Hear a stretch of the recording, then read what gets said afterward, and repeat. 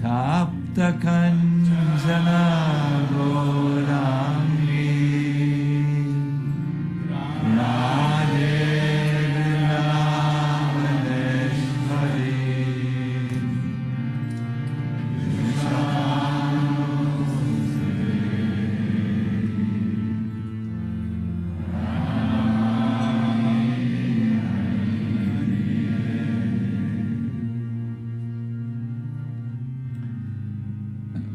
chant a melody which we picked up from one devotee who has learned this melody in Vashana. So because in Vashana is the day of Radha's, this is town of Radha, we will sing this.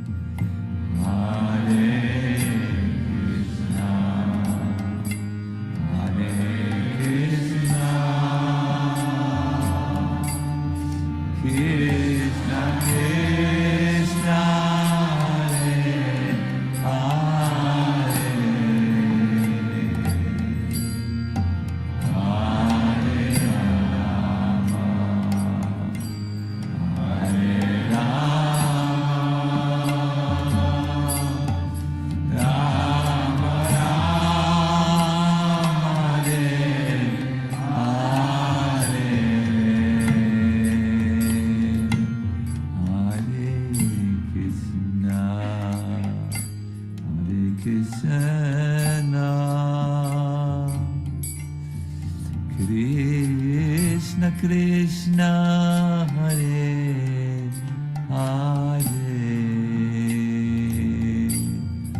Hare Rama Hare Rama Rama Rama Hare Hare Krishna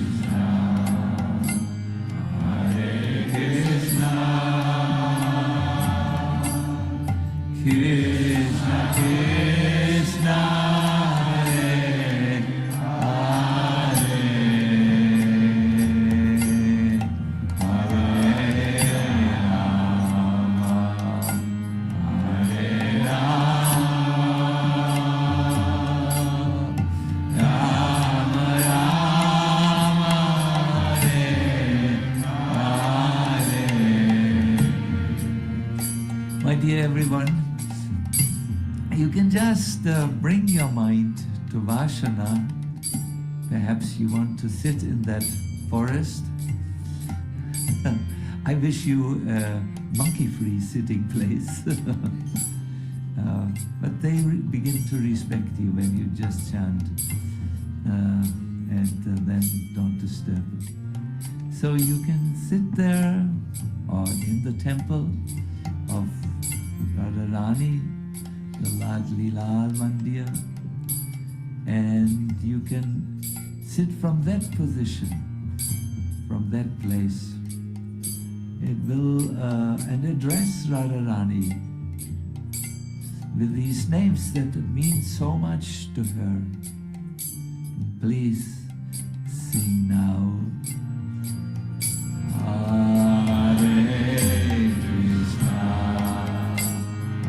Hare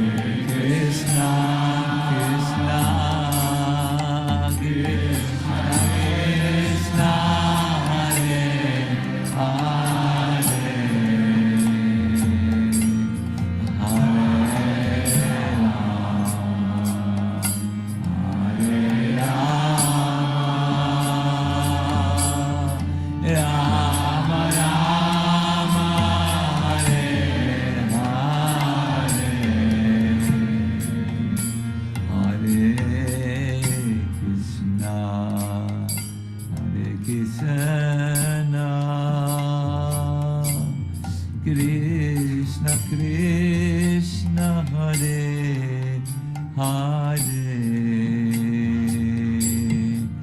Hare Rama Hare Rama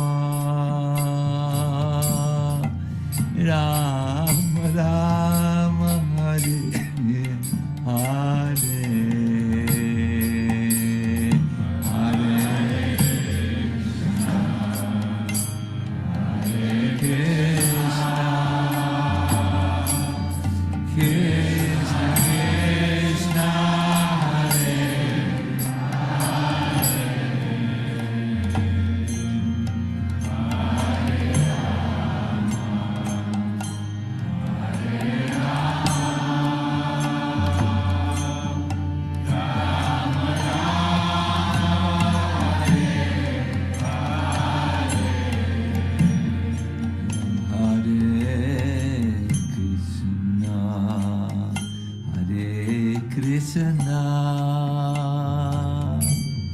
Krishna Krishna Hare Hare Hare Rama Hare Rama Rama Rama Hare Hare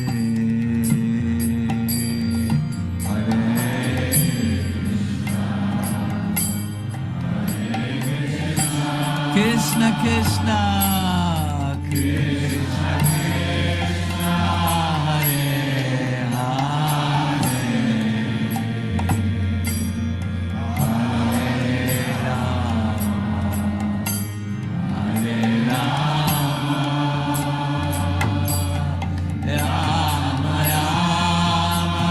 Hare Hare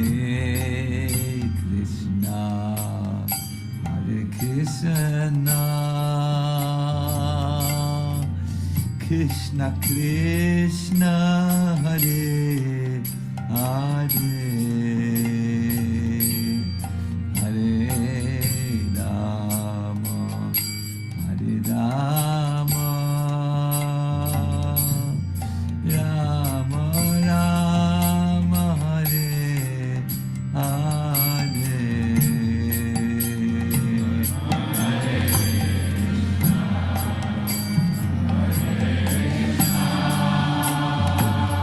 Krishna Krishna Hare Hare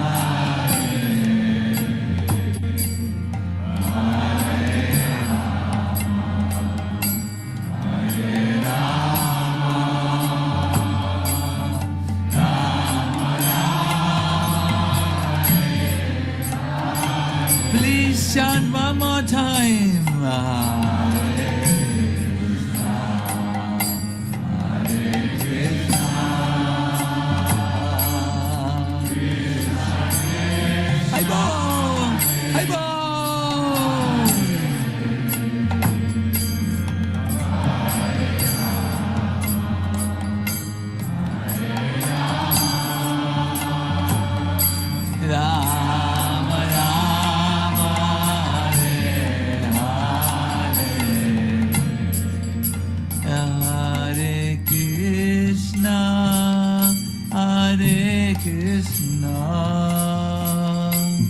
Krishna Krishna Hare Hare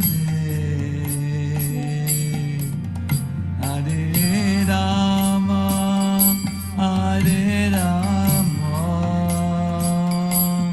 Rama Rama Hare Hare Hare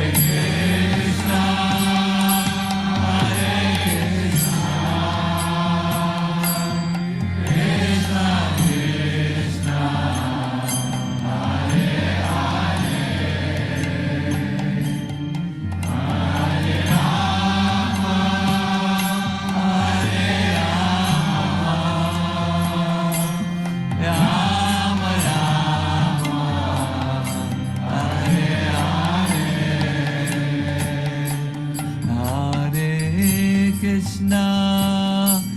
Hare Krishna,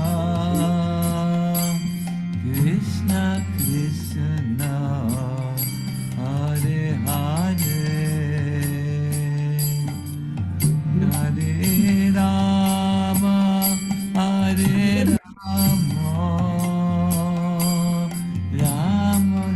Rama Rama, Hare Hare. Hare Krishna devotees, please accept my humble obeisances. All glory to Srila Prabhupada. Welcome devotees to today's class. We are going to be discussing from Chaitanya Charitamrita, the Lila, chapter 7, verse 42. And the chapter is entitled Lord Chaitanya and Five Features. We are in the section of this chapter where Lord Chaitanya is traveling and preaching and trying to bring everybody to Krishna consciousness, to Krishna, and to surrender to the Lord. And he is now in the middle of trying to deal with the Mayavadis and how Lord Chaitanya manages and handles and strategizes the preaching with the Mayavadis and to the Mayavadis. We're very happy to have His Holiness Chandramauli Swami with us. Hare Krishna Maharaj, please accept my humble obeisances. All glories to you and Srila Prabhupada. Haribo. Yeah, Prabhupada ki jai. Jai. And it's all yours, Maharaj. Okay. Jaya Jaya Sri Chaitanya Jaya Nityananda Jaya Dvaita Chandra Jaya Gaur Bhakta Vrindam Mukha Sanyasi Nija Dharma Nahi Jane Babu Ka Nahi Av Pere Bahu Kira Sane. Thus, Chaitanya Mahaprabhu is an illiterate sannyasi and therefore does not know his real function. Guided only by his sentiments, he wanders about in the company of other sentimentalists. Foolish Mayavadis, not knowing that the Krishna conscious movement is based on a solid philosophy of transcendental science, superficially conclude that those who dance and chant do not have philosophical knowledge. Those who are Krishna conscious actually have full knowledge of the essence of Vedanta philosophy, for they study the real commentary on the Vedanta philosophy, Srimad Bhagavatam, and follow the actual words of the personality of Godhead as founded in the Bhagavad Gita as it is. After understanding the Bhagavad philosophy or Bhagavad Dharma, they become fully spiritual conscious or Krishna conscious. Therefore, their chanting and dancing is not material, but is on the spiritual platform. Although everyone admires the ecstatic chanting and dancing of the devotees, who are therefore popularly known as the Hare Krishna people, Mayavadis cannot appreciate these activities because of their poor fund of knowledge. Om Agyan Timidandasya Gyanad Jana Salakayam Chaksun Militam Yeda Tasmai Shri Gurave Namaha Nama Om Vishnu Padaya Krishna Prasthaya Bhutale Srimate Bhakti Vedanta Swami Niti Namaste Saraswati Gauravani Pachari Namaste Sasunya Vali Pastyat Vedu Satarni Vanshakalpa Turu Vishchat Kripa Sindhu Vacha Itana Lebyo Vaishnavyo Namahoram Hadashi Krishna Chaitanya Prabhu Nityananda Hare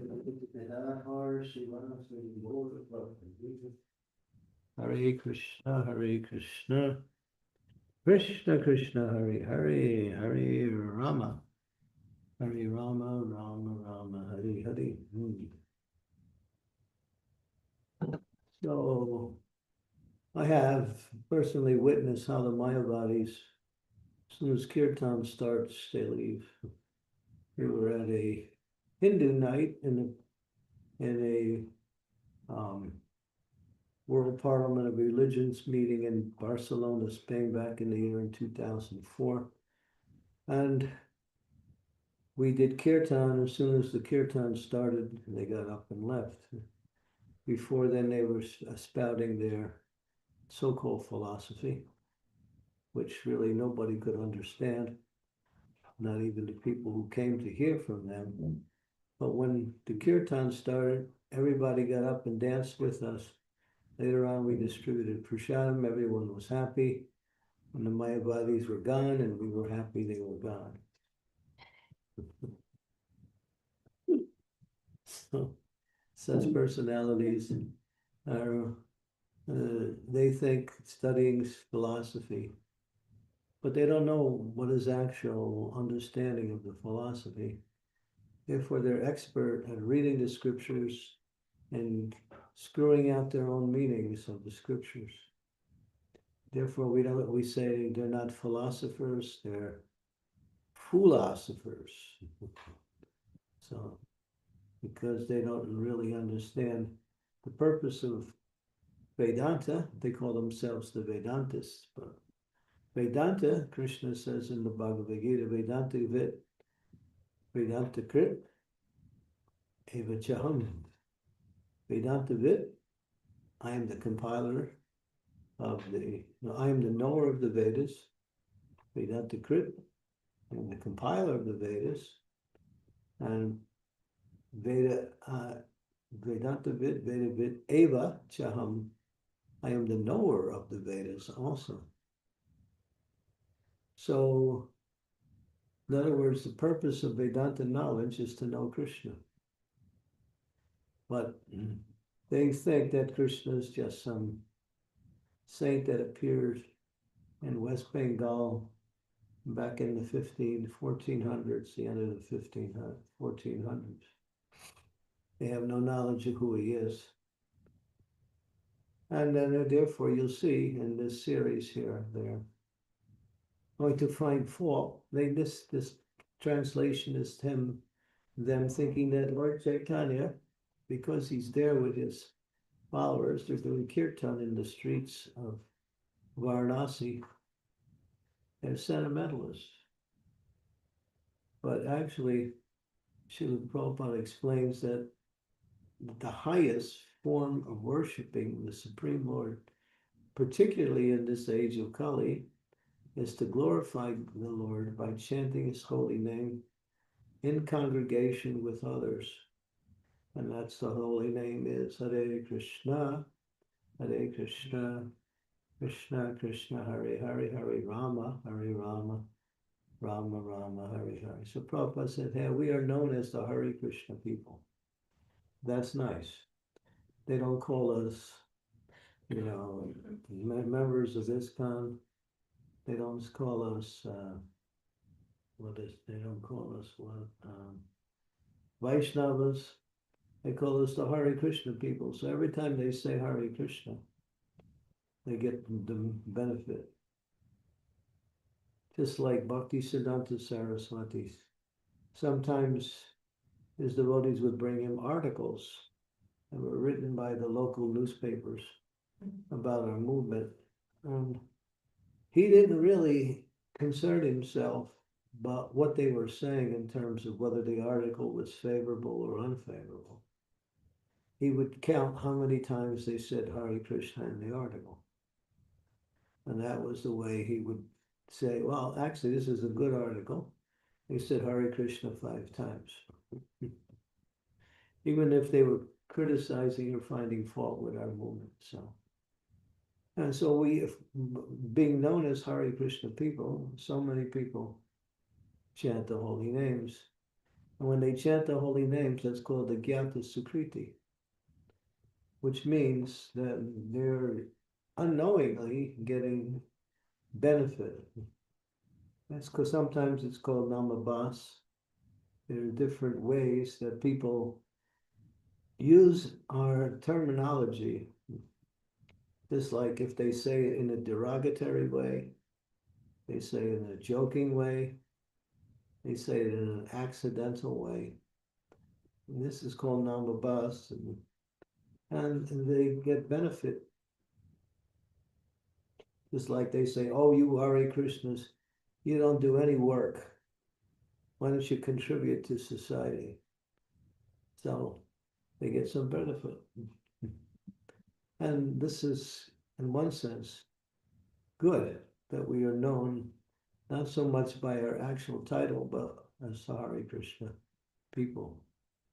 But the Mayavadis are on the lowest level because they can't appreciate real spirituality, or they don't know what it is. And they think that the living entity has come to the material world because it's falling out of grace. And then what is that grace? That the living entity is the absolute truth, or the Supreme Lord. And therefore, the purpose of studying Vedas, performing austerities, offering different kinds of worship, is to come to the platform of freeing yourself from the illusion that you are not God and understanding you are God. But this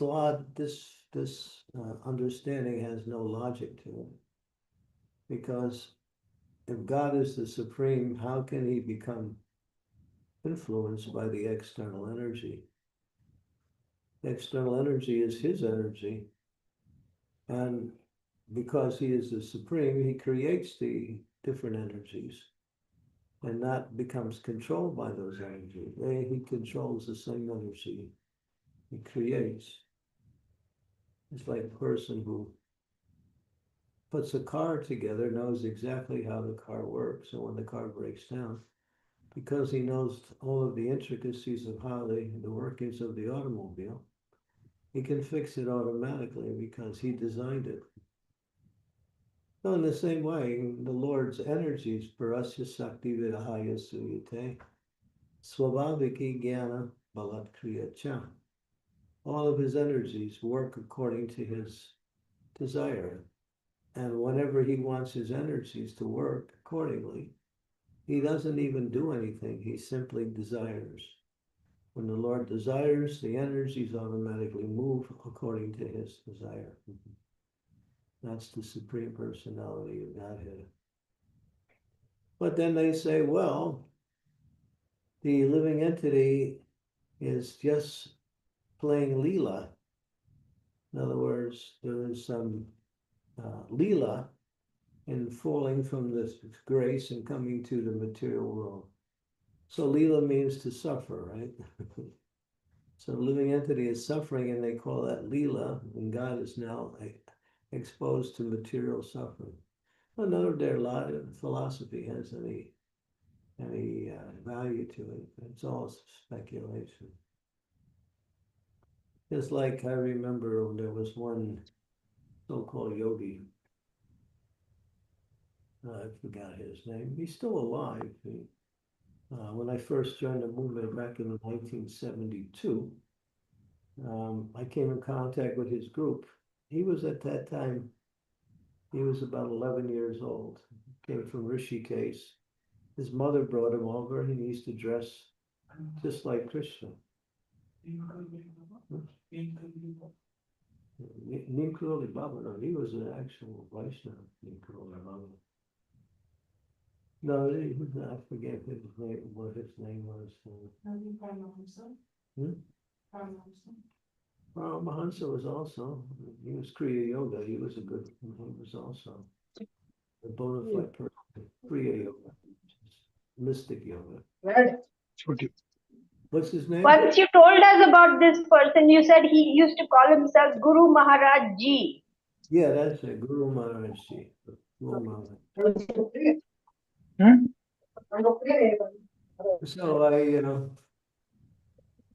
So I first met his group when I was coming to the Denver temple before I actually joined the movement. And I remember one time his group had some problems, and they came to us for some kind of solution. But he would touch them on the head, and they would see the light, and then they would become enlightened.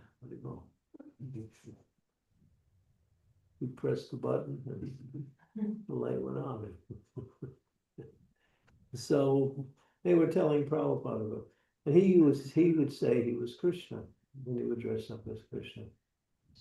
One time they had all of his followers, they hired a whole big stadium in Texas, and thousands of them came. And so we decided to sell Bhagavad Gitas. And we were saying, well, this book is about Krishna, which is about your guru. So, so we sold thousands of Gitas that day. But I remember when Prabhupada heard about him, Prabhupada said, kick him on the face with boot, pass urine in his face, and throw a pie in his face. Prabhupada said those three things. So one devotee thought, that's a nice instruction. So he found out where he was speaking one day. So he came, and there was about 700 of his followers there, and there was a gathering. And the devotee sat in the first row, right in the front. And he had a chocolate cream pie. So as soon as he came on stage, the devotee got up and threw a pie right in his face. Of course, then his followers got upset, and they grabbed the devotee and took him in the back room and said, "Why did you do that?" And the devotee said, "Well, if he was God, why didn't he stop me?" And then they said, "Well, that was his Lila." Oh.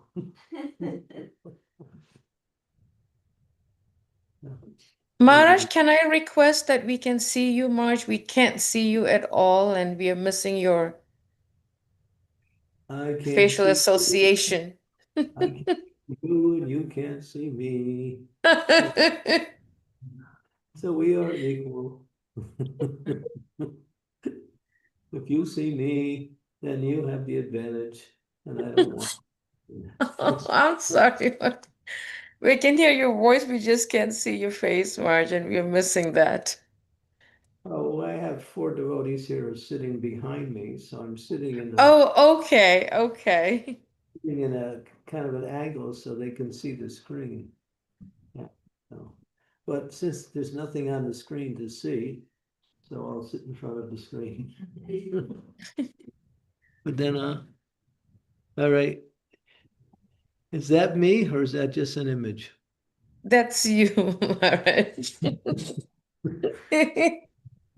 Okay, You're so fortunate. I was trying to do some mystic power here, try to, didn't work. Okay, so, yeah, so you'll find in today's world, those who claim to be active in spiritual circles, the different groups that go under different names. There's two flaws in their group. One, and here's one of them, they claim that the followers are God, and if they just chant these mantras or give me $51 every other day, and then they can eventually become God. And then the other flaw is that in many religious circles, spiritual circles, they mix in artha, kama, and dhamma, and even moksha into their spiritual teachings. So their movements are not pure spiritual movements because they add material benefits within the process. But Bhagavatam explains dharma, projito, kaitavo. Dharma is kicked out. Projito means to kick out, and kaitavo means cheating. Srimad Bhagavatam kicks out all forms of cheating religion, which are those movements, religions that mix in all of these material benefits or material tendencies, material practices into some form of spirituality. And the Mayavadis, of course, are the biggest ones. Therefore, Lord Chaitanya spoke very strongly, Mayavadi, Krishna Aparadi. But the Mayavadis are offenders to Krishna. He said anyone who hears Mayavadi philosophy or gives them a sympathetic ear and listens, they're finished. They're doomed. Their spiritual life is finished. So one should not hear from the Mayavadis. And otherwise, if you're not strong in your Krishna consciousness, they have the expertise of speech. They know how to speak in such a way as to convince you what they're saying is the truth.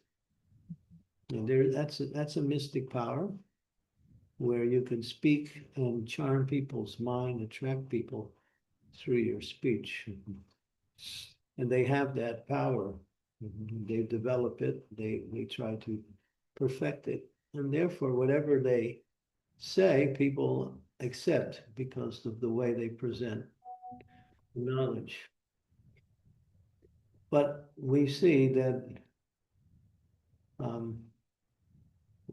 the Mayavadi tradition has come from Sankaracharya. Sankaracharya, the original Sankaracharya, appeared around the 800s.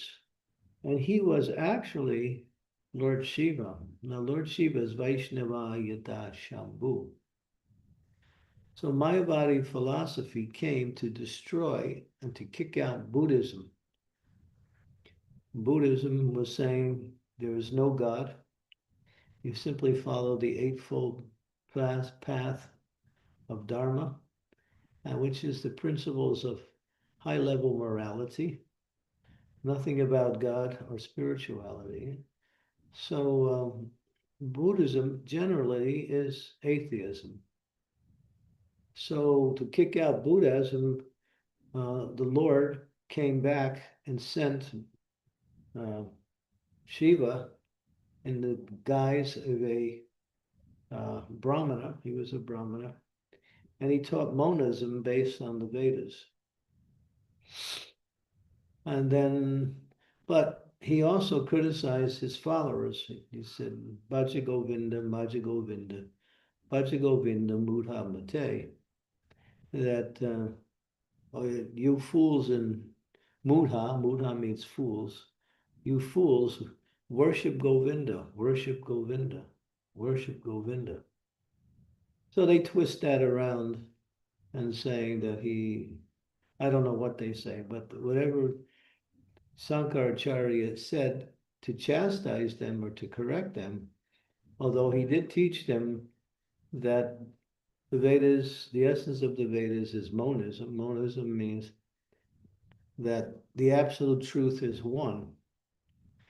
But our understanding is the absolute truth is both one and different simultaneously, achintya, beta, abeta, tattva, which means that God is one, but God manifests himself in many, but still he is one. But they say one, they say oneness, therefore, because there's only one, there is no division. Eka Dvitis, what is that verse? Dvitiya, when you know that verse, Sri Devi, Dvitiya, Eka, something, Dvitiya, something, something. That the absolute truth is one and can't be divided. So everything is the absolute truth. Therefore, everything is one. Therefore, everything is God. Haribol. And that's why they twist all of the philosophy to suit the idea that that I'm God, you're God. They say that the spiritual master is the perfection. They have gurus within their society. He is he has reached the level of perfection. You worship the guru, you become like the guru, and then when you become the guru, then you don't need the guru anymore. So they use the example, if you're climbing up high on a building, you need a ladder. So when you get to the top, the ladder is useless now, so you just kick the ladder away. So that's their Eko Brahma Dvitiya Nasti. They say that. Yeah. Thank you. And Prabhupada dealt with that also. And that oneness manifests itself. They say it's one, therefore they can't be the jiva. There's no such thing as the jiva, because the jiva and the absolute truth would divide the spiritual principle into two. Therefore, they say the jiva is also the absolute truth. And so it's all twisted anyway. So we shouldn't listen to that. Lord Chaitanya, in order to purify and to convert the Mayavadis, took the opportunity they gave him an invitation to come and be at his meeting, because they knew he had taken sannyas from Keshava Bharati. Although Keshava Bharati presented himself as a Mayavadi, he was not a Mayavadi, but a Mayavadi in disguise. And at that time, Lord Chaitanya, seeing that people were very much interested in spirituality through the Mayavadi principles, he accepted sannyas from the Mayavadi school. But he did that as a preaching tactic, which allowed him to come and face the Mayavadis. And if you follow this whole series of verses here, it's really interesting how Lord Chaitanya dealt with them and gradually converted them into Vaishnavas. There were 60,000 Mayavadis headed by Prakasananda Saraswati, who was the head of the Mayavadis at the time. And that was Varanasi. Varanasi is known as Kashi or Benares. It's still there. The ancient name is Kashi, and then it became Benares. Now it's Varanasi. And it's still a bastion of Mayavadi philosophers, that particular place. We also have a temple there. And so we're preaching Krishna consciousness among the Mayavadis there in Varanasi. Bhaktisiddhanta Saraswati, when he would see a Mayavadi, he would come after him and beat him. When the Mayavadis were so scared of Bhaktisiddhanta that when they saw him walking down the street coming their way, they would run to the other side or run away from him. He knew they were all rascals. And there's so many personalities in the name of true religion who present themselves as authorities, but they have no knowledge. They read something, or they have some mystic power, and they use the mystic power to enchant innocent people to make them think that they are the Supreme Lord. Yeah, they do. I remember when Mayavadi came to our New Vrindavan community. This was in the year 1983, I remember. It was one of the coldest winters in the history.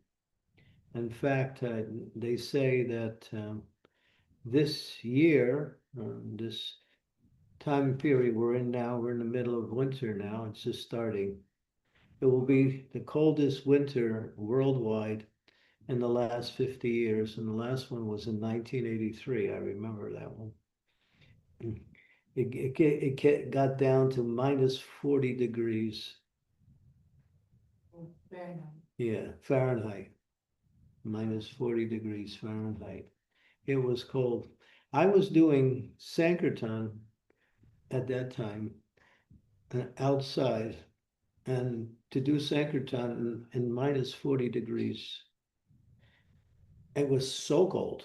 It was there was 4 of us. We pulled up in the van in Cincinnati, Ohio. And myself and one other person got out. The other 2 didn't want to get out, it was so cold. So I had one hand covered with a glove and the other hand free so I could distribute. And that hand that I was trying to distribute became so cold, I couldn't move my fingers. They became frozen. But something happened. Krishna jumped in, and all of a sudden, from my body itself, heat came from my body into my arm, all the way into the fingers, and pretty soon my hand was naturally warm. And that was amazing. I thought, wow, thank you, Krishna. And we went on with our distribution. But I remember that same year, one so-called spirituality, he came to our New Vrindavan community, and he advertised himself as a great spiritualist, and he wanted to demonstrate some of his magic to us. So we were not interested, but he was persistent. So finally we held a meeting. He came along with his wife. I'm not sure if they were married, but anyway, he came along with this lady. And so we gave him a chance to demonstrate. We came to the house of the community leader, and there was about 10 of us, 10 or 12 of us there. And he was there. So we said, all right, go ahead and do your thing. So he brought a rebarb, these long metal bars that they use for construction. And he took it and he bent the rebarb, just like it was a piece of spaghetti, and just to impress. And so everyone said, oh, wow, that's pretty good. So then he took a light bulb and then he put it in his hands and he pressed on the light bulb. He smashed it and then he rubbed it together and turned the light bulb into powder. So, of course, the devotees were thinking, when is this guy going to stop, So one senior devotee said, yeah, that's what his wife does to him. She turns him into powder. Anyway, so we were joking while he was doing his demonstration. Then he would say, come and feel my pulse. So devotees would go up there and feel his pulse, and there was no pulse. He would stop his heartbeat. So this went on for a while. Then we got tired, and we told him that's enough. But then what he wanted to do to demonstrate his strength again. So he said, let's go outside, and you get somebody sits in the car and starts the engine and hits the accelerator, and I'll hold the car from moving, even though they put their foot on the accelerator. So I didn't go out for that one, but anyway, some devotees did. But he couldn't, he kept, there was ice on the ground, he kept slipping and falling, so he looked like a big fool. So after some time, we decided that, hey, thank you for coming to visit us, it's time for you to leave. So none of the devotees were impressed by this person, although he was trying to impress everyone by his strength. So anyway, I don't know if strength is considered to be a spiritual principle. It's not. There are people who are very strong who have nothing to do with spirituality. So anyway, another time I was in New Vrindavan and some young people were distributing flyers. They came in and said that Kalki Avatar has appeared in Pittsburgh, Pennsylvania, which was about an hour and a half away from the community. And so he's giving darshan tonight. We're inviting everyone to come and hear from Kalki. And we kept telling the followers, tell him he's too early. He's supposed to come at the end of Kali Yuga. So tell him to come back in another 400,000 years, and then if there's anybody around, maybe they can come and listen to him. So we didn't fall for that one. And then we were exposed to a lot of so-called charlatans One time there was one person, he claimed to be Jesus Christ, and he kept walking around our community, giving blessings to the devotees. He said he was Christ. So we decided that that was enough. So since he's Christ, he should perform austerity. So we asked him to leave, and we're not going to give you a ride or anything. So he was very cordial and accepted the rejection. So he was walking down the road, and I happened to be driving my vehicle down the road, and I saw him walking. So I stopped and I picked him up, give him a ride. And then I started talking to him. I said, you say you're Christ? He said, yeah. I said, you have to prove it, because we understand from scripture that Christ has the marks of crucifixion on his hands. So show me the marks of crucifixion and I'll believe you're Christ.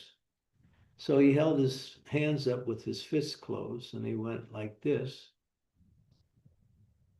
that fast. So I said, I didn't see anything. He said, I only show it once.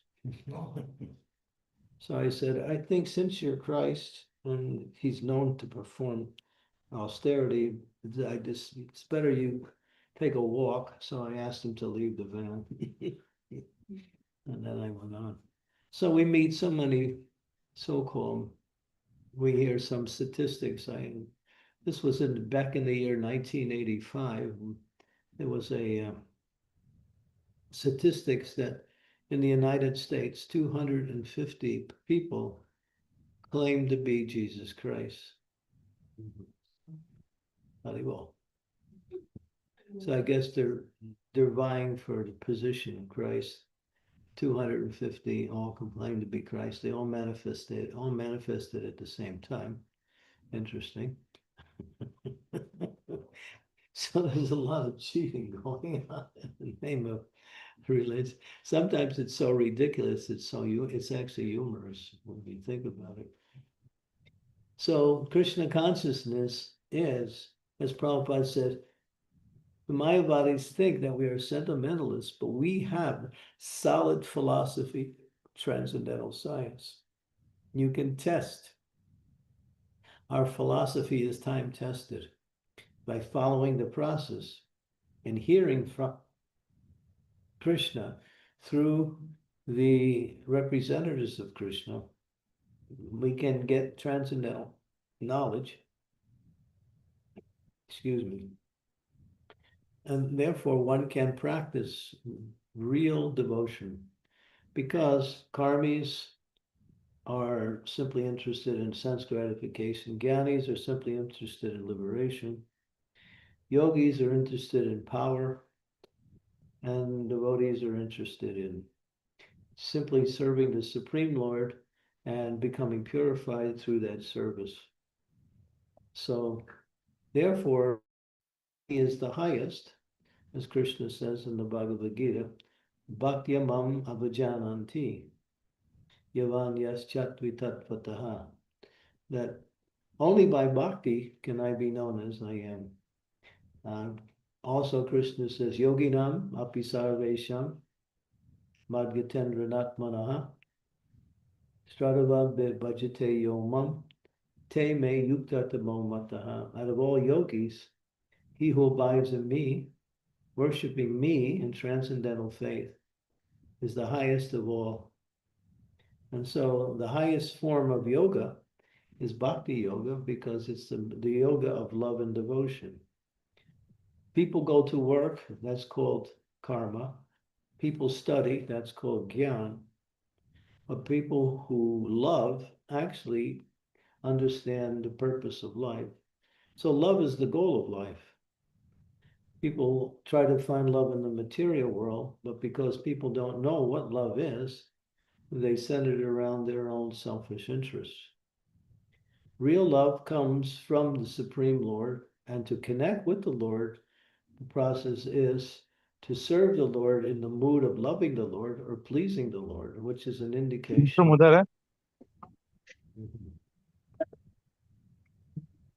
Okay. So the whole process of devotional service is to awaken one's love for the Supreme Lord. There is activity, there is knowledge, but they are secondary or supportive of the principle of bhakti. Actually, bhakti doesn't need support from karma and gyan, because bhakti is in itself, it is free from karma and gyan.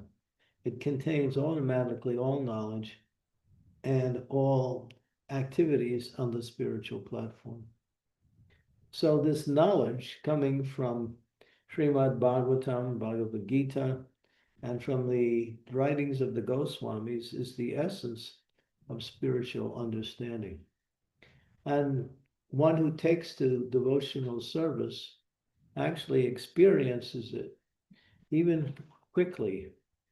Just like they say that if you take up the process of Mayavadi or Dhyana, there are certain rules and regulations you have to follow. And if you don't perform the rules and regulations exactly as it says, the whole thing is lost.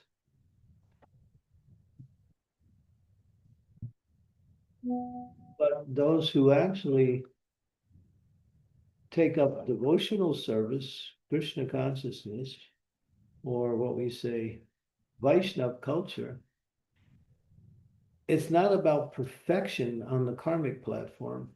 It's about offering your time, your energy, your intelligence, your abilities, your resources, your words in the service of the Lord with a desire to please the Lord like that. So bhakti immediately gives results where others have to perfect their whole system, and any slight deviation in the perfection or any mistake, the whole thing is thrown out. So bhakti is the nature of the soul. Nitya Siddha, Krishna Prema, Saruka Bunoi, Sravanadi Siddhi Chitte, Kodiye Udoi, in the hearts of all living entities, pure love for Krishna, God, is there eternally. Everyone, every living being has a eternal loving relationship with the Supreme Lord. Whether they act on it, whether they're aware of it or not, it exists, because that's the nature of the soul, and all life is spiritual.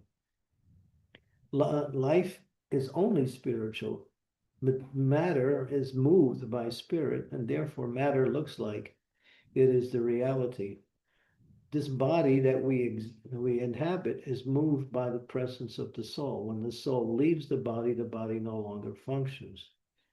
And the body grows simply by the presence of the soul.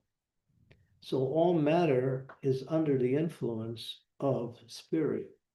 Otherwise, if spirit is not there, matter is jada, it's dead. Just like I'm sitting at a desk now. So the desk has no life. It's just wood. But at one point, this desk was a part of a tree. And so when it was part of a tree, it actually had life. And the wood would go through different changes. But as soon as the tree dies, then they take the tree bark and they make desks out of it, they make chairs out of it, they make floors out of it, they make walls out of it. But these things have no life. They're manipulated by a living being who moves them. Therefore, everything comes under the influence of spirit, but spirit cannot be seen. But spirit can be known simply by activity, by action like that. So the material world is actually just Bhumirapanalobayo Kamana Buddhi Evacha, earth, water, fire, ether, mind, like that. Earth, water, fire, air, ether, the 5 elements that make up all physical manifestations. If you want to make a brick, you take earth, dirt, certain kinds, and you add some water to it. You formulate it into a shape. You put it into a furnace, which is fire, and it becomes hardened. And then you have a brick, and then you can make bricks to build your houses. So what is the brick? It's just a combination of earth, water, and fire. That's all. And it has no life itself, but it moves. It can be used by a living being, and the living being makes it happen. So we are actually, pure souls who have consciousness, who have activities, who have desires, all of these things, because we are of the same nature as the absolute truth. That means Krishna is the supreme whole, and we are part of that whole. Nityo, Nityanam, Chaitanas, Chaitananam, Eko Bahuda Viradati Kamam. Nityo means one, Nityanam means many. Nityo, that one manifests itself as many living entities. And Chaitana means consciousness or life. And no one is equal to, no one is greater than the Supreme Lord. But the Supreme Lord manifests or expands himself into known as what is called Jiva Shakti. That Jiva Shakti is the living entities in the material world. So we are part of God. We are not separate from God. But when we come in contact with the external energy, we get covered by that external energy, and we think ourselves different than who we actually are. We identify with the body as being the self, and the activities that center around the body as being the activities in human culture. But this is just some dance of illusion, that's all it is. Why is it like that? Because the living entity wants to be separate from God, so they fall into a situation where in this arena, which is called Maya or matter, they can act out this desire to be separate from God. But God doesn't leave us alone. He comes in the form of the holy name. He comes in the form of scriptures. He comes in the form of his deity. He comes in the form of prashadam. He comes in various forms. He even comes in the form of the sufferings of the material energy to wake us up from our illusion. So all living beings are parts and parcels of the Supreme Lord. We are not different. Therefore, to love God is natural, and not to love God is unnatural. So we live in a world that is unnatural because people are covered by this idea that there's something different than who they actually are. So the purpose of this Krishna conscious movement is to give solid philosophy, transcendental science, to awaken the conditioned souls on their actual identity and the identity of the Supreme Lord, and the process by which one can connect with the Supreme Lord, which is the process of devotional service, bhakti yoga. Okay, and so the Mayavadis, they think they're God, and all they have to do is perform some austerity and perform some penances, read scriptures, discuss scriptures, and then they can come to the realization that they're the Supreme. But we can see, as we discussed earlier, all their terminology is full. Just like one time the devotees were at the Kumbh Mela. The Kumbh Mela happens usually in January, February, and it's very cold during that time. So devotees went. This was in the year 1977, when Prabhupada also went that year. So one devotee, he was there in the tent, and he was there with a Mayavadi. So the Mayavadi had this big, thick blanket he was keeping warm with. So the devotee was talking to the Mayavadi, and the Mayavadi was saying, yes, everything is one. It's all one, So the devotee said, all right, if it's all one, then whether you have the blanket or I have the blanket, it doesn't matter. So give me their blanket. So the Mayavadi wanted to prove his philosophy right. So he gave the blanket to the devotee. The devotee kept warm, and the Mayavadi froze all night. Very well. And then he said, well, can I have my blanket back? He said, well, the devotee said, well, he took a thread from the blanket and he gave it to the Mayavadi. He said, you can keep warm with the thread because the thread and the blanket are all one. So it doesn't matter.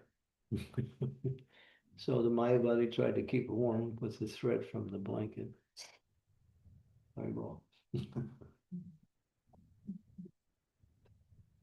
Another time, one very senior devotee in our movement was preaching, and some boy he said he met this one boy and he was talking Mayavadi philosophy. So the boy said it's all one. So the devotee said, all right, if it's all one, whether you have the money or I have the money, it doesn't matter. So give me all your money. So the boy did. He gave him all the money. And then the devotee walked away. And the boy came after him and said, can you give me a little bit of money back? So I need some bus fare to get back home. I don't know. Hare Krishna. So their philosophy, as I said, is philosophy, not philosophy. Anyway, you'll see how Lord Chaitanya very intelligently enters into their arena, gets their, what we say, attention, speaks, and eventually converts them into Vaishnavas. It's an interesting, it goes on for many, many verses. Many, many verses. Okay, we can stop here.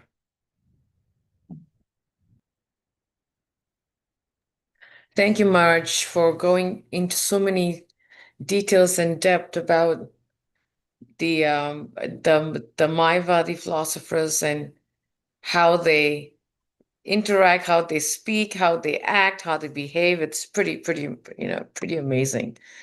Pretty interesting too. Thank you so much, Marge. Would like to ask the devotees if any questions, any clarification, please do raise your hand and I will call upon you in the order, or if you want to put it in the chat, I'll be happy to even read the question, to Mara so that he can answer it. Marge, I have a question, Marge, and that is, One minute.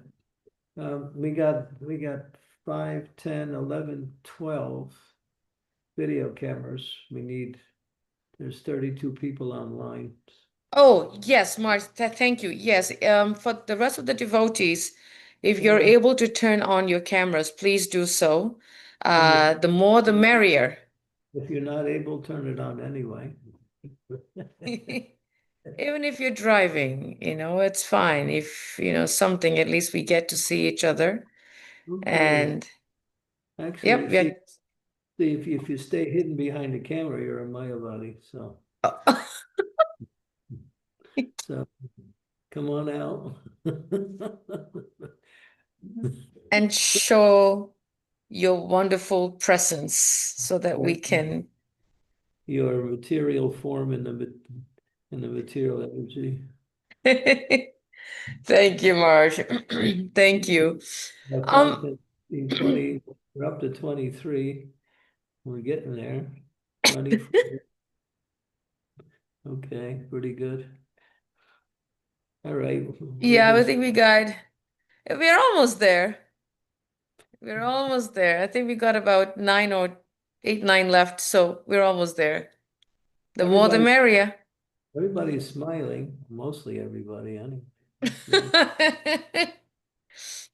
Marge, I think it's because you put them on the spot, so they had to smile.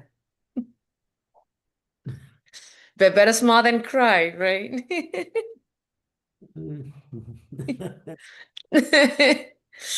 Marge, my question, Marge, is this: as practicing devotees of Krishna consciousness, trying our best to walk the path that Srila Prabhupada has given us in Lord Chaitanya's mission.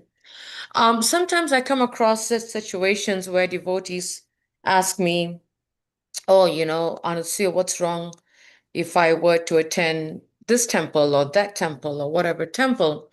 And Marge, my immediate response is, "Why go there? We have it all."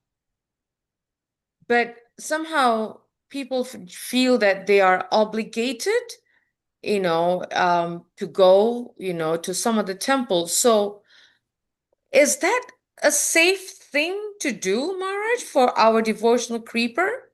No, because you can hear things that are contrary to what you're saying or to what's in the Vaishnava philosophy and practice. And then you become confused. Or these are not serious people. They're just what they call it. It's called wanderlust. Wandering this way, that way, just to check out spirituality. I mean, it's good to check out things until you find the actual one that you want to dedicate yourself. But you should dedicate yourself to one process. That way, each process has a set of rules, regulations, restrictions, and activities. And that way you can make progress by following just one process. Not yatapat, tatapat, everything's okay, add this, you know. It's like kitchery, you know. Mm. Mm. Yeah, that seemed to be a Spiritual kitchery. challenge. Yeah, I see that happening a lot, Maharaj. It's just a restless mind, that's all. Mm. If they're serious about spiritual life, then when they come to Krishna consciousness, all they have to do is follow the process, and immediately, not just down the road, they will start to experience transcendental knowledge, transcendental happiness happens immediately. It works very quickly. It doesn't give you the full force at the beginning, but it gives you a taste. Marja, I remember a comment that you made a few months back in one of your classes last year that, one can only have one husband or wife. There may be a lot of beautiful women out there, but you only can have, you can only serve one. Something like that you're mentioning. I was about to use that again, but I decided not to. So, but Oh, thank you. sorry. That I brought it up, Maharaj. Yeah, so a person who jumps from partner to partner is unfaithful or unchaste. Yeah.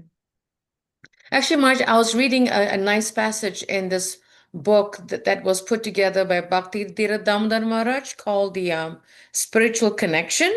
And in the Yeah, first chapter, he was talking about surrender, and he was saying one who has weak faith, they find it difficult to surrender to a spiritual master, to instructions, to authority, because their faith is weak. yeah.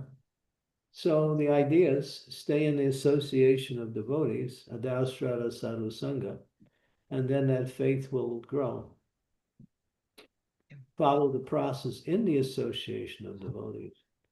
And then when that faith is at least developed to a certain, then one thinks, oh yes, I want to learn more, I want to practice more, and then they start looking for a spiritual master. Mm. Mhm.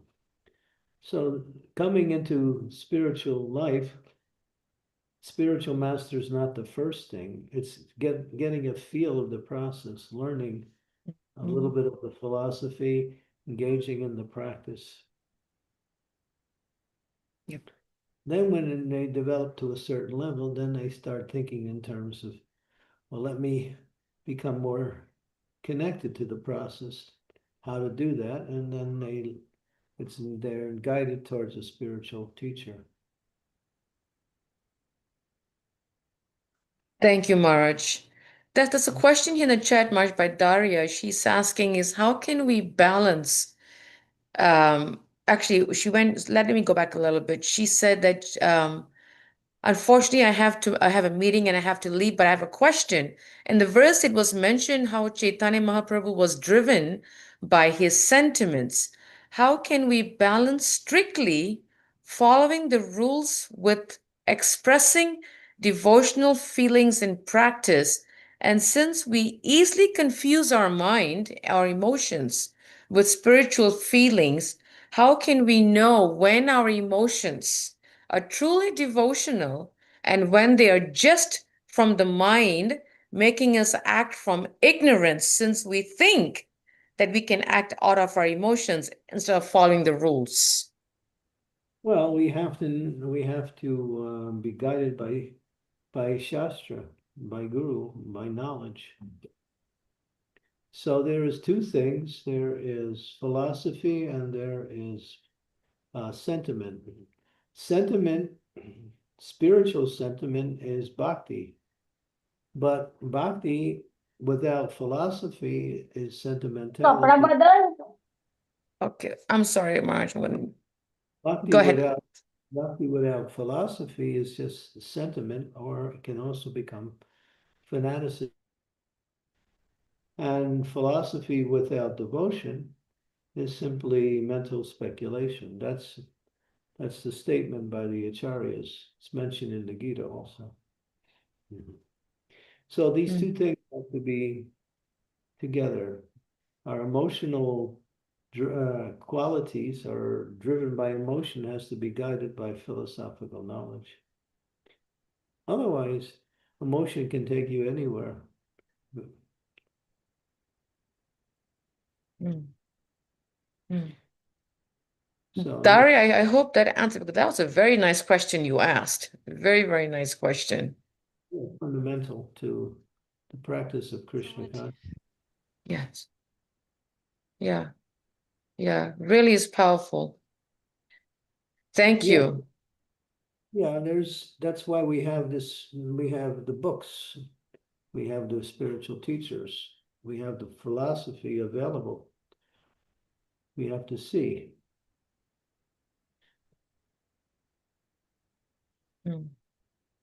Like people say sometimes they have dreams about God, and then they talk about what they see in the dream. And so that unless it aligns itself with the philosophy, it's just some emotion that manifests in a dreamlike form, that's all.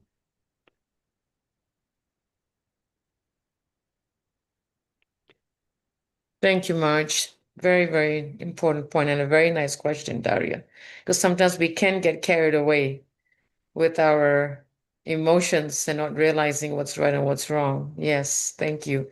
Any questions from devotees, please do raise your hand or put in the chat, and we'll be happy to read it to Maharaj.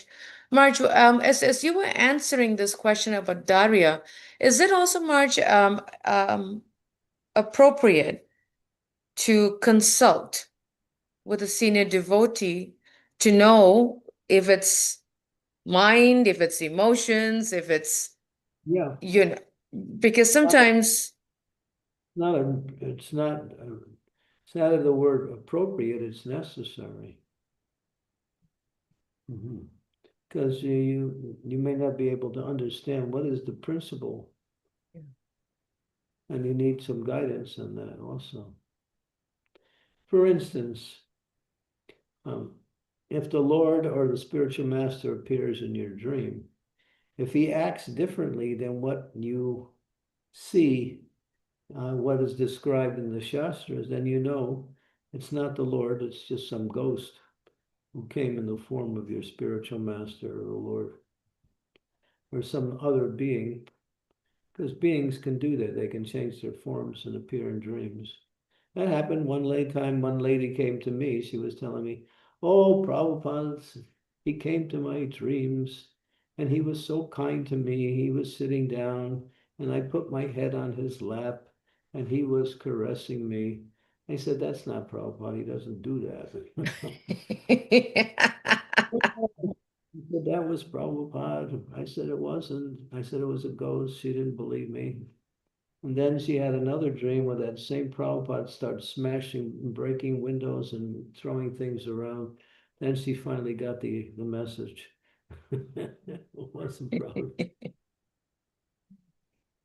So ghosts can change forms, and also enter into people's consciousness. That's if you're mentally weak, then you can be affected by that. If you're mentally strong, you won't be affected by that. Maharaj, why do people get those dreams, like the one that you mentioned that I dream of Srila Prabhupada? Like, I mean, we know it's not Prabhupada, but why do they get that? I mean, is it Maya testing us, or is it, I mean, There's a lot of ghosts around. oh, they take different forms. They look for living entities to enter into and do all kinds of nonsense. Wow. If you're, like I say, if you keep your mind strong by chanting, reading, serving, then these ghosts can't enter. But if you're not up to the standard, then you might be subjected. And some ghosts are very powerful, like Brahma Rakshastra ghosts. Oh, they're so powerful.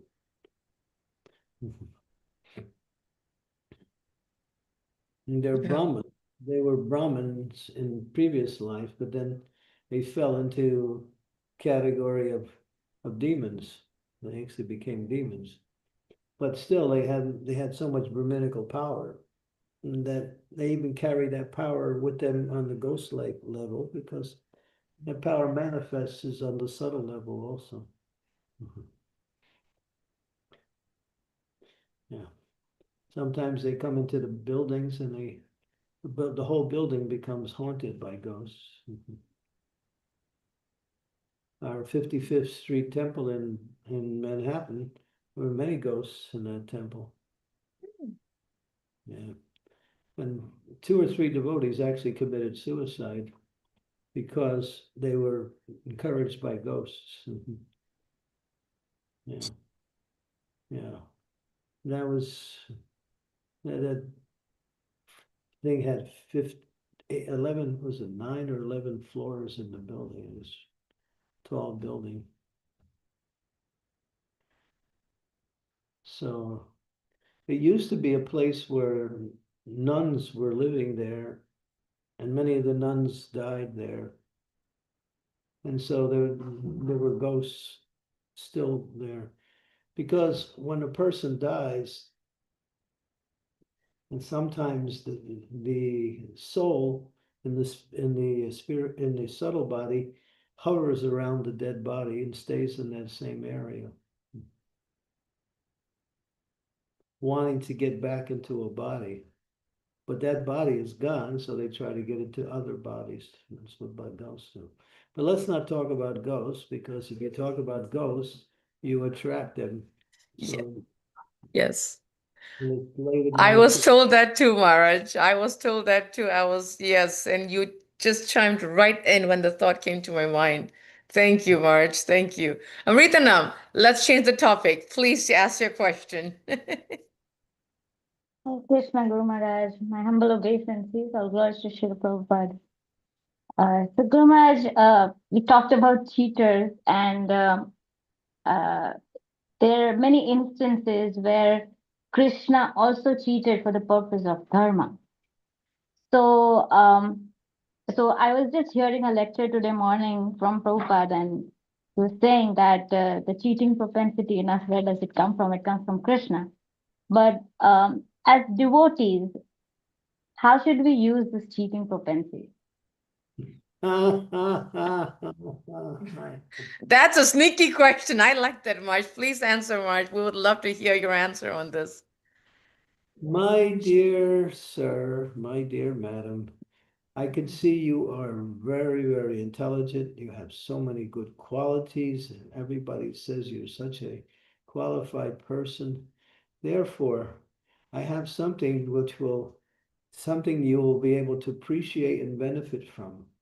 So please take this book. In other words, you start flattering them and telling them how wonderful they are, even though they're fool number one. So yeah, This is a preaching tactic.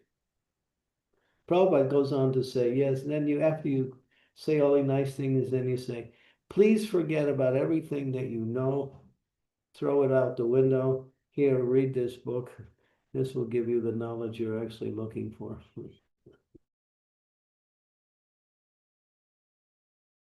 Sometimes we use tactics to distribute books like that.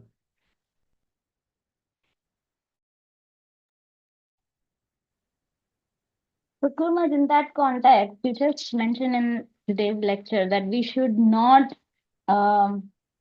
give a sympathetic hand to Mayavadis as well. If we are tricking them like this, is it the sympathetic hand we are using, or it's not like that? Well, I mean, what Prabhupada said is something that you have to be able to be qualified to do. If you're not qualified, don't try it. He says when you deal with cheaters, you may have to cheat. Mm.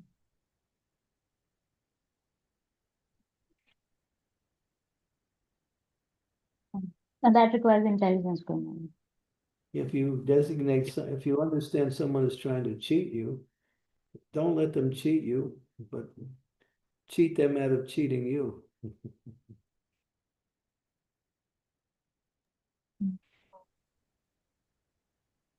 Yes.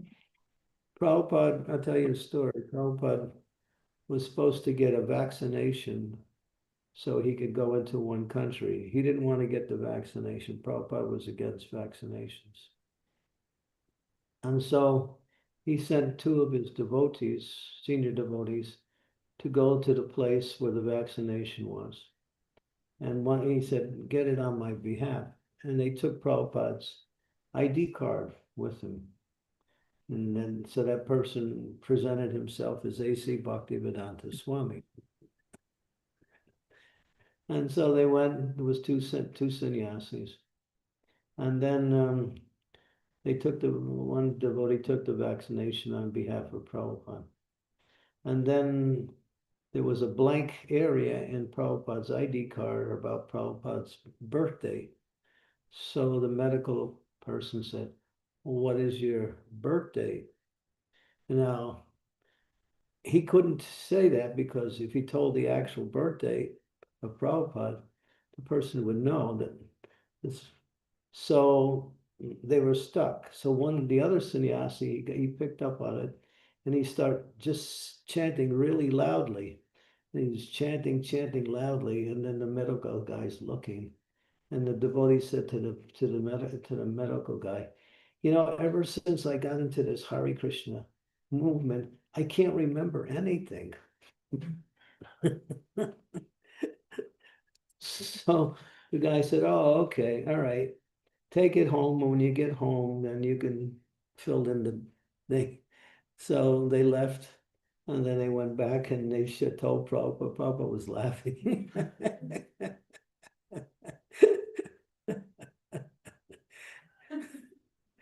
I have that recorded. I mean, it's actually a.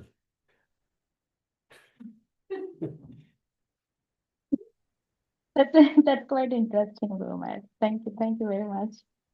I do that quite often, not often, but sometimes, not often, sometimes. And If you're going to cheat, you cheat cheaters. You don't cheat people who are not cheaters. And there's a lot of people out there that cheat you.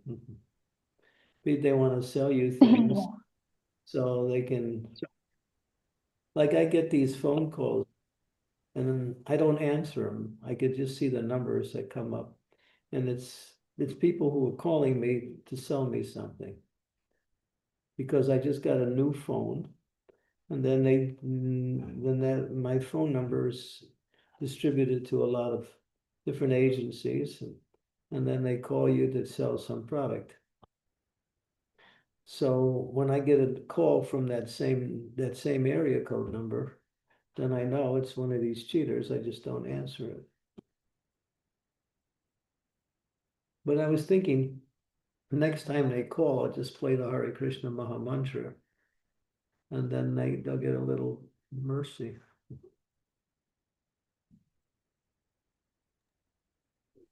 Yes, Gomez, that's a good idea. Yeah. Thank you. Thank you. Much, it's interesting that when you're mentioning about this devotee who had to disguise, quote unquote, go as Srila Prabhupada, it reminded me of a situation that I had to do for Bhaktitirtha Swami. It was hilarious. Um, Something with his ticket. I don't remember what it was. It was like 20 something years ago.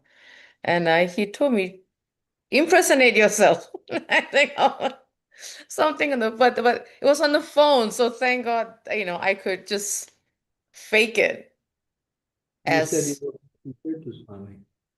I'm Second Maharaj. You were saying you were Bhakti Tirtha Swami on the phone? Actually, they wanted, now this is the joke, Maharaj. They wanted to speak to the wife of Bhaktitirtha Swami. And of course, he is no John Favors and he was not married. There was no other woman in the house, so he told me to fake it. It was hilarious. It was hilarious. Yeah. Well, you got to play the role of his wife for a little while. It was so uncomfortable, Maharaj. It was so uncomfortable. But yeah, I had to do that just for that one phone call. I was like, Krishna, I felt like being tortured. It was so uncomfortable. I'm used to being the daughter. Anyway, we sometimes this is not something we do as a feature, but sometimes in order to save ourselves from being exploited by others, sometimes we have to do something. Yep. Time, place, circumstance when it's really, really critical. Yes, Maharaj. Thank Yeah. you. But I do like that question, Marge, by Amrita Nam, because what happens is that cheat, sometimes I think people in general, even devotees, we tend to justify our actions because Krishna was also a cheater, like that.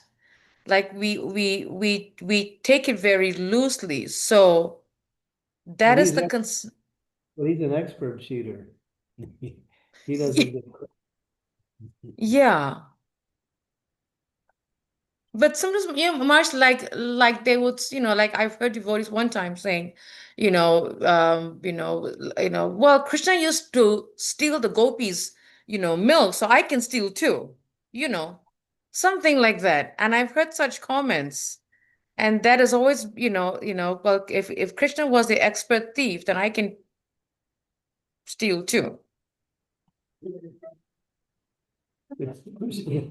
The only time Krishna was in jail was when he was born. That is so true, Maharaj. So you don't want to do that. Yes. Yes. Marsh, there's one question here, and I think after that, maybe we can end. Marsh, there's one here from Radha Vilasini Radha. She says, when Sankaracharya composed Bhaja Govindam, were his disciples unaware that he had written such works? And even if they were aware, what prevented them from accepting or following this understanding? They twisted around. He said, Bhaja Govinda, Bhaja Govinda, Bhaja Govinda Mudha Mate, that you fools and rascals, you should worship Govinda. And they turned it around saying, only fools and rascals worship Govinda. They just twisted it around us.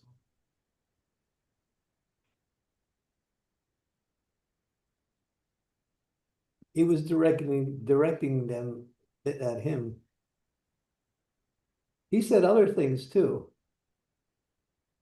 and they also twisted it around, gave it a different meaning. That's what the Mayavadis are expert at. They take the words of the Guru or the Shastra, and they reinterpret it in their own, according to their own desired goal. Marge, this really stresses the point how important it is for us to read books written by our acharyas within ISKCON and not just outside commentaries outside of ISKCON. And it's also good to create circles of devotees where they get together, read the books, and discuss it. Yeah. Having Shastra discussion groups, this is good. Yeah. I mean, being done in some places, devotees come together, they pick a section of the scriptures, they read it, and then they try to discuss it. What does it actually mean? What are some of the many meanings we can derive from what we read? It's like that because scripture is like that. You can see the same thing from different angles of vision. Bodhyantas param katyantas chamam nityam tushyanti cha ramanti cha. The thoughts of my devotees dwell in me. Their lives are surrendered unto me. They derive great satisfaction and happiness conversing about me. Mm. Mm. Wow. Yeah. So that's nice. Yeah, because Marge, because I'm hearing from one devotee that there is a commentary of Srila Jiva Goswami's books, outside of ISKCON, and some devotees are reading it, and one of them said that we were never in the spiritual world, we never envied Krishna, like it just got concocted. And because there was a commentary outside of ISKCON, but it was from, that worried me. Yeah. Let's see. Let's see. Madhya Lila, chapter 1. At one point in the beginning of the chapter, it lists Rupa Goswami, Sanatana Goswami, and Jiva Goswami. And there's one section about Jiva Goswami in there. I'm going to share the screen, Maharaj. Jiva Goswami is interesting. He took other sides of the argument for the sake of preaching.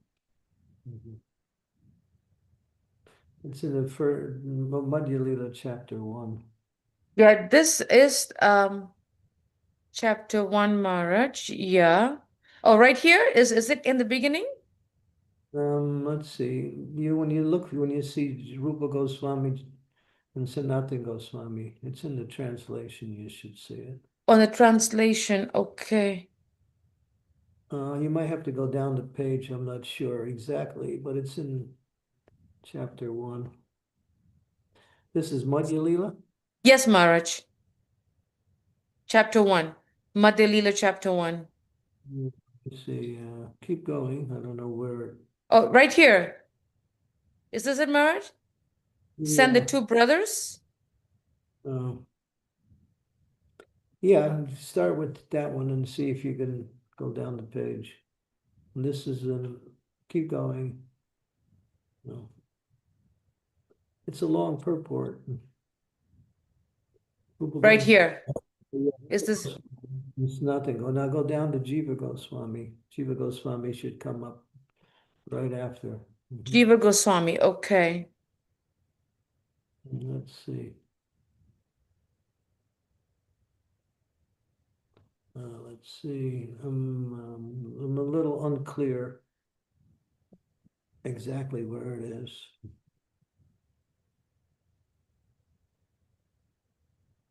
It lists the works of the Goswamis. It lists Rupa Goswami. Okay. I will read this later on, Maharaj. Yes. Keep going. See if we can find Jiva Goswami. Go down the page. Sanatana Goswami, Rupa Goswami. Oh, you're close now. Now you're talking about Sanatana Goswami's books. Go down farther. You have to go to the next verse, not the same verse. Is 143, Maharaj? 143? Yeah, that's where it starts to mention Jiva Goswami, and there's some books Okay, listed. I'm gonna go there. Rupa Goswami, 41, 42. Yep, there we go, March. Okay. Let's see, talks about Jiva Goswami's books. The Bhagavad Sandarbha. The Sandarbhas. Keep going down, and also talks about Jiva Goswami. He adopted certain techniques for preaching. Keep going, it's a long purport.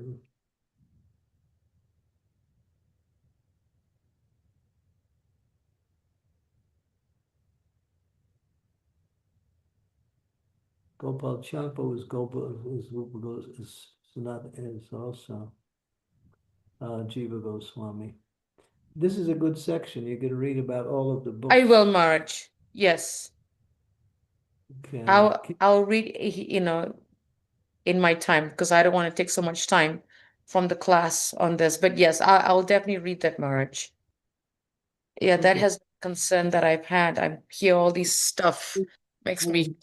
I wanted to show you that there's 3 principles that Jiva Goswami adopted that are contrary to our philosophy, but he did it for preaching. Okay. Yeah. He put Swakiya Ras higher than Parakiya Ras. Okay, I will look for those words, March, as I read Yeah. on. Yes, I will do that. Prabhupada mentions these three principles of preaching that Jiva Goswami adopted for the sake of derailing people who were using the actual standards in the wrong way. So for the sake of destroying their misuse, he preached the opposite. Okay. So people who read Jiva Goswami sometimes say that the things he said was actually the standard, but they were just a tactic for preaching.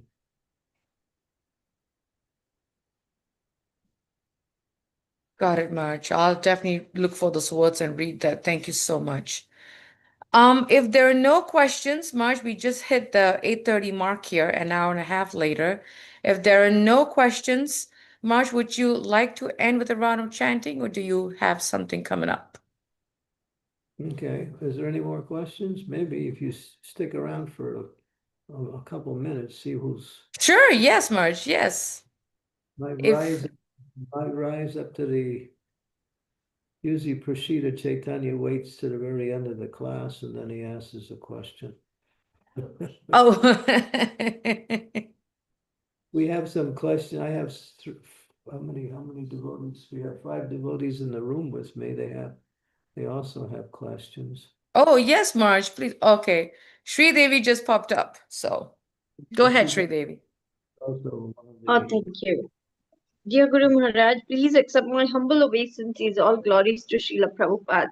So now when we see Jiva Goswami purposefully preaching something, is it to foil the Sahajiya's program of, misusing the Parakya Bhava Rasa to Yeah. fool the public as well as mislead the public? Is that why he purposefully did that? Yeah, the same thing as like Buddha. Buddha was the Supreme Lord, but he said, forget your Vedas, because they were misusing the Vedas. Mhm. Okay, thank you. It's a tactic, it's a preaching tactic, that's all. Mhm.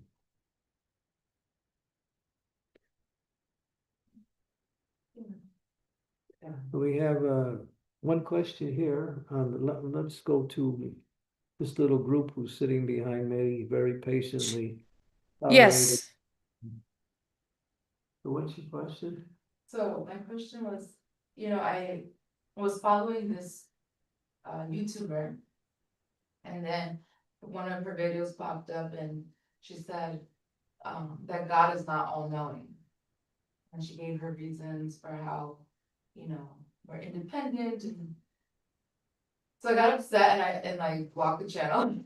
So I'm just wondering, like is the recommendation that we become violent with Mayavadis? No, not necessarily, because they'll make them look good. Like more power than they You know, they'll get sympathy, Oh, and even though people don't really know what they're saying, they'll just take their side because they've been victimized by some violent person. uh-huh. No, it's not a good tactic at all. So And Lord Chaitanya, when when Nityananda was abused by Madai, Lord Chaitanya wanted to kill them, but Nityananda said, not in this age. We come to kill the mentality and not the body. Yeah. So yeah, we don't use violence is not our program. So I guess for Prabhupada and Bhaktivedanta Saraswati Thakur, it was more like it was more just to get a point across Mm. when they were speaking, like apparently violent, apparently making violent recommendations. That is like Prabhupada and Bhaktivedanta Saraswati Thakur. They've never talked about violence. No. Of course, Bhakti Siddhanta would get angry at the Mayavadis and then beat them up, but unless you're on the level of Bhakti Siddhanta Saraswati, I wouldn't suggest you do that. And it's not our program anyway. He's an acharya. He's a Nitya Siddha. He's come from the spiritual world. At that time, the Mayavadis were so prominent. Nowadays, nobody knows any philosophy. All they do is pick up whatever they hear and it sounds good and they adopt it as their philosophy. No, it's not a tactic, no. Better just to ignore such people. And if anybody that you know is interested in them, then you can speak to them and explain what is the actual standard.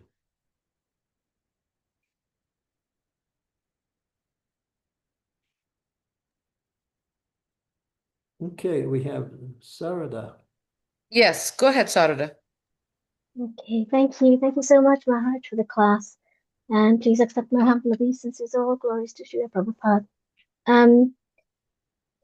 With the case of Mayavadis, I think it's chapter 16 in the Matya Lila when Chaitanya Mahaprabhu goes back to Varanasi.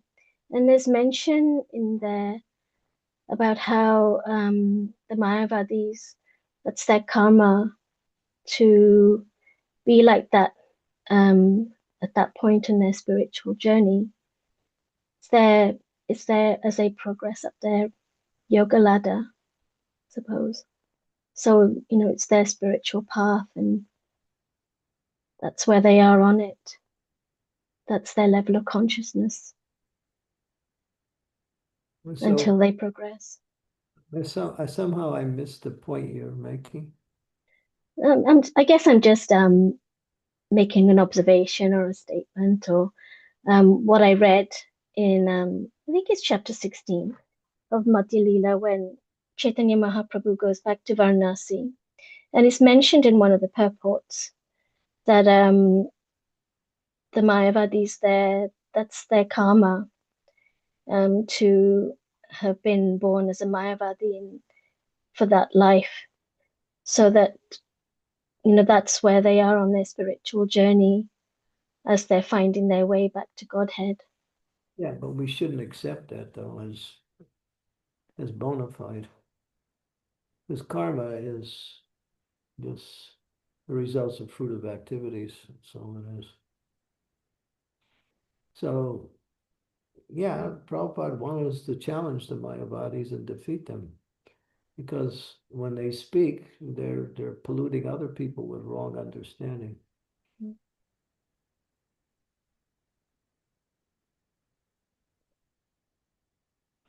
Yeah, they're dangerous. They're telling something that is opposite of what is the reality.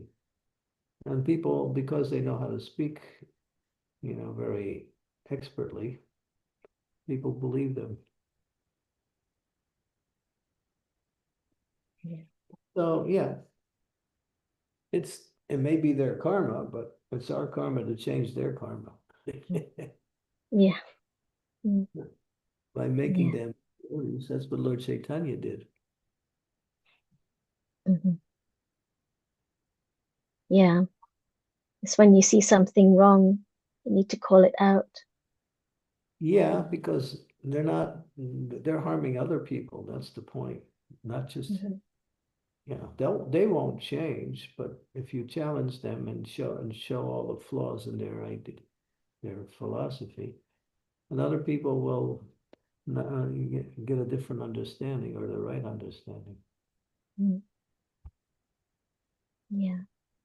Thank you. Thank you. Okay, so we have one from Anjali Kumari Gupta. Go ahead, Anjali. Oh, wait, where's she? Oh, there she is. Okay. Hare Krishna Guru Maharaj, please accept my humble obeisances. All glories to Srila Prabhupada. All glories to Guru Maharaj. My father has a question over here. He's asking why is it that when we chant, we usually feel feel deep sleep at that moment, and how can we overcome that? When we chant, what happens? Deep He sleep. feels very deep sleep while he starts chanting. So he's asking how can he do that, Pranam? Can you? What do you mean when you're chanting, you go into deep sleep? As soon as he starts chanting, he's saying he starts to feel falling asleep. So he's asking how can he correct that? Well, one of the ways, if you're feeling sleepy, then get up and walk around when you chant. As Bhakti Vinod Thakur gives that recommendation, if you're feeling sleepy and falling asleep, get up. I have the same problem. Sometimes in the morning I'm tired physically. My mind is alert, but my body is tired. When I sit down, my body just wants to relax. And that causes me to feel sleepy. So I get up and walk around. But if you feel too tired, even though you're walking, best to take some rest and then chant at a different time when you're more rested. That's the recommendation by Bhakti Vinod Thakur.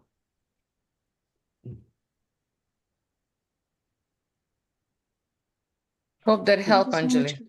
Anjali. Okay. Yeah, Thank you. I'll translate it. Sleep at the same time and it doesn't work. Thank you so much, Guru Maharaj. Thank you. Any other questions before we end this class? Looks like some devotees had to leave because of work. So would write to you. So I'm looking at the numbers dropping, so must be work related. Any other questions, any other comments, any reflections, please jump in right now. And if there isn't, Marge, how would you like to end it? Do you have something on coming up? We have many guests here, and Okay, that's fine, Marge. Completely get it. it's also like 7:15 in the evening here, so it's a little. Yes, Marge, no problem, Marge. We will definitely end this class. We thank you all so much for joining us, and thank you for all the questions. Vanchakaptivyascha, Kripasindobevacha, Patitanam Pavanebhyo, Vaishnavebhyo Namo Namaha. Srila Prabhupada ki jai. Have a wonderful day. And His Holiness Chandramauli Swami ki jai. Hari Hari Bol. Have a wonderful, wonderful day. Thank you all so much, and thank you so much, Maharaj. Thank you so Daughter, much, Thank you so Maharaj. much, Hare Guru Krishna. Maharaj. Maharaj, Hare Krishna. Hare Thank Krishna. you. daughter Hare Bhakti Krishna. Marge is trying to say something. Hold on one second. The daughter of Bhakti Tirtha Swami ki jai. Oh, trying to be his daughter. Haribol! Very well. Thank you, Maharaj. Trying. You're the best you're the best of the hosts. Would you like to do a full-time program every day? Marge, it's interesting because I start a new job in about 2 weeks, so I have to see how that's going to work out, Marge. But I find it so up. I definitely, whenever I do the service march for you, I always leave the service with so much more thoughts to think about, to meditate on. I really do. It's just by your mercy, March, that I'm doing the service because it's really benefiting my spiritual Krishna consciousness. It really is. Yeah, it's benefiting us when you're there because of your strong interest in the philosophy keeps the whole program moving. By your mercy, March. And I think March is because, I when I moved to Gitanagri we were so much service oriented, service, all day that we didn't have much time, to hear and read. It was just chanting. So now my soul is craving. And I really, and yeah, I think that's what's happening to me. It's like my soul is craving. So if you don't get your job, then just come and I'm an equal opportunity, Yes. and then we'll have as many vacation days. There's a lot of benefits. It's more like trying to help Prashant pay his medical bills. That's what the problem is after oh my God, Maharaj. Yes, after his discharge, we've seen one by one coming in. What Yeah. you do a fundraiser amongst your congregation and let them contribute something to the medical Oh, bills. that would be nice, Marge. Yes. But They'll get Marge, yeah. something. They will. Yes, it's coming in. So I said, yep, gotta Well, go in. Well, the good thing, right, is I work from home. So I was persistent to get a remote job because of Parikshit's health. So I'm not going into the office. I was determined that I can't leave him. I call him the old man, Marge. You know that. Can't leave the old man in the house by himself. well, this old man can agree with that. Because I don't know what this man will do in my kitchen. Tell him to make his own bread. Marge, I think I have to tell him because he slacked since he came back from the hospital. I will tell him, Marge. Tell him if he starts his own bakery, he'll become rich in no time. Yeah, I know, right? Absolutely. That'll solve all my problems. Yeah, he makes the best tasting bread that I've ever had. He I've told him. does. Uh-huh. He does. He makes good bread, Marge. Thank you so much for your mercy, Marge. Thank you. Hari. Haribol. Thank you. Glory to Prabhupada. We'll see Jai you. Shri Prabhupada. Thank you. Hare Krishna. Hare Krishna. Hare Krishna.